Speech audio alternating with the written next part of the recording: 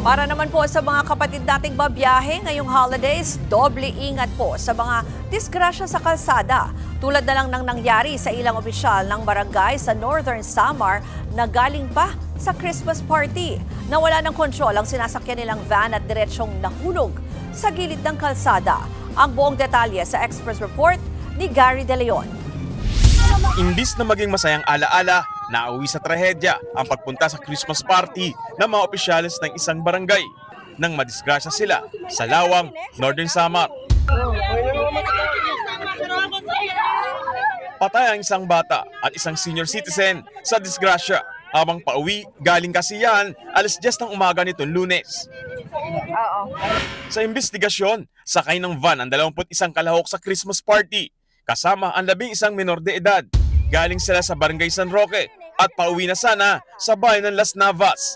Pero habang nasa Barangay Bubulosan, nawalan umano ng kontrol ang driver.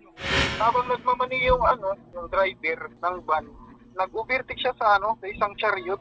Kaso, imbis na umuvertake siya sa sa kaliwat, bumalan siya kasi may mga sasakyan daw na makakasalubong.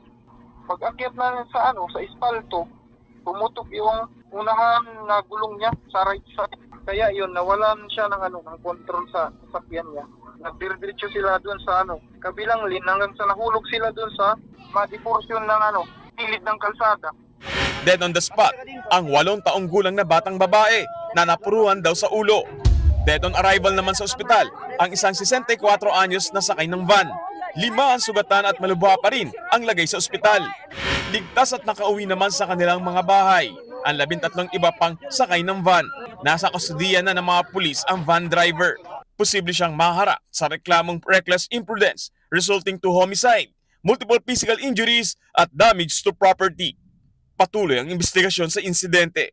Nagbabalita mula sa frontline, Gary De Leon, News 5. Mga kapatid, Ruth Cabalco, para sa mabilis na pasada ng mga balitang dapat niyong malaman, mag-follow at mag-subscribe sa social media pages ng News 5.